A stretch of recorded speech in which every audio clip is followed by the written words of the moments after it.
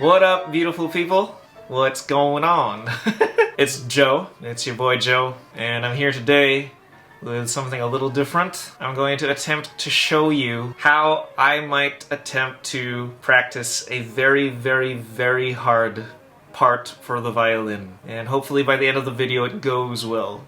We'll see, right? Because it's very hard. If you're a classical musician, if you're a musician that likes to play a lot of complicated music, if you will, this comes around a lot. Unless you're an uber, like, genius prodigy, or just straight up genius, even if you're not a young prodigy, you will always come across music that is just a little above your current ability, but you're going to be required to play it for a performance or what have you. It's your job to learn how to play it. And I'm going to attempt to show you how I go about learning a 16th note run. Okay, I will not explain what a 16th note is in this video. If you have a passage in your music that kind of looks like this, and it's a bunch of 16th notes like that, and it's a run, and it's quite difficult to play for me. This is a passage from Ravel, Sonata No. 2 for violin and piano, and it's the movement 3 called Perpetuum Mobile, and it's basically like a Flight of the Bumblebee type deal. The violin part is all fast, and it's all 16th notes, and by the end of it I'm usually in pain.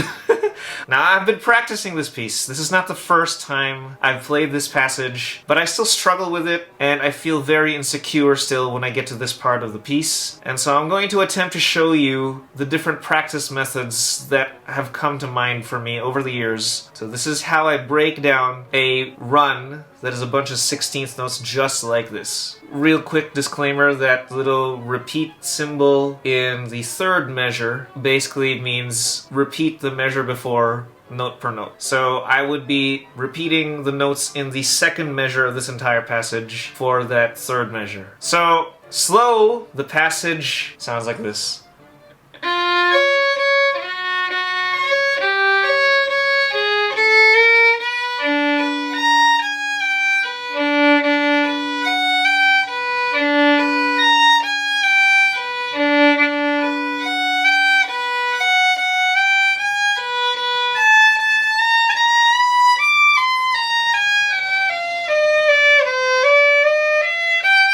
At the comfortable level of fast that I can play it for you, it should sound something like this. It should sound like this.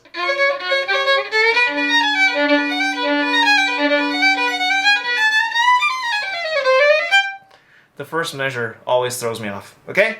So let's go through some of my practice methods. This will be a very real and honest video for you, because believe it or not, I'm not perfect. Cool.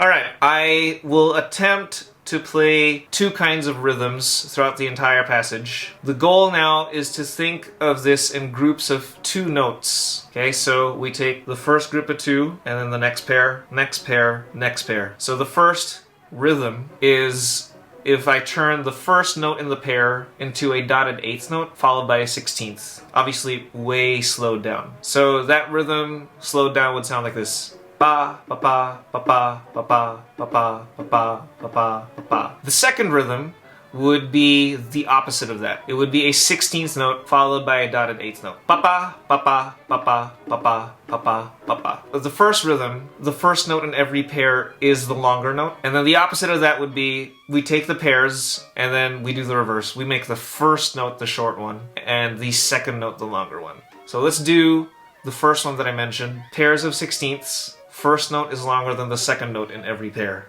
So that will make the passage sound like this.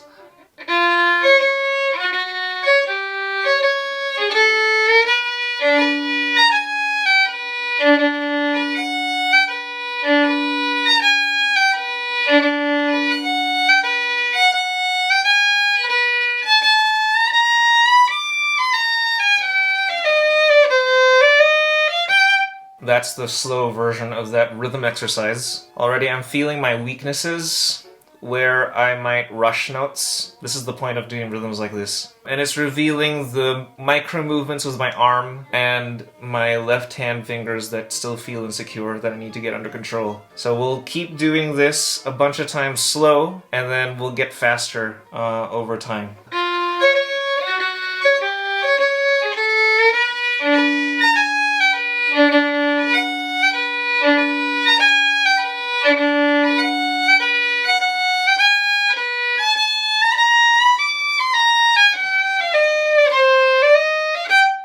Okay, one more time, maybe a little faster.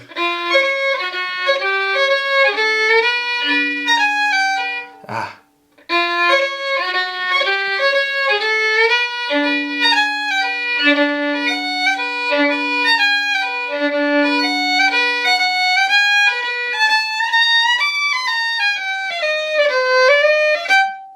Still feels insecure.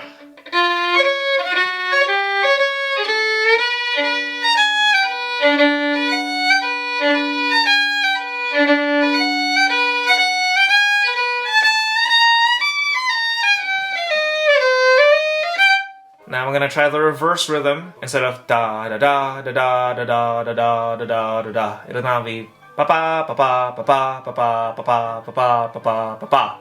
The second note now is gonna be the long one, the reverse, the exact reverse of the first rhythm. So slow, that'll sound like this.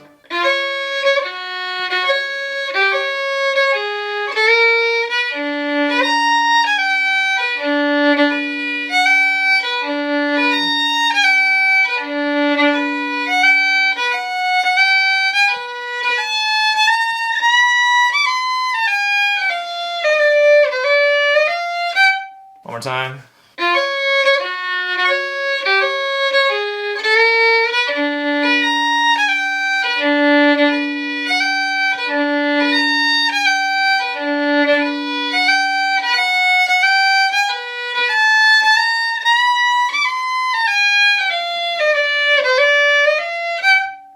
A little faster.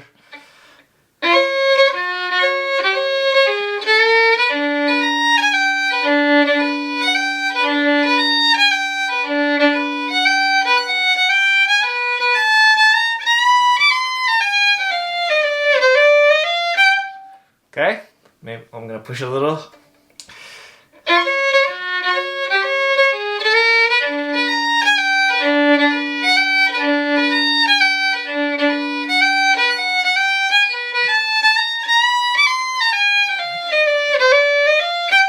That's rhythms 1 and 2. You don't feel it, and it's not gonna be evident right away. Doing these rhythms does develop a bunch of synapses in your brain that eventually should, as an end result, make the passage work. I've been doing this kind of practice since forever for different types of pieces, and they usually work. So we have the two rhythms, dotted 8th note followed by a 16th, and then it's reverse. 16th followed by a dotted 8th note.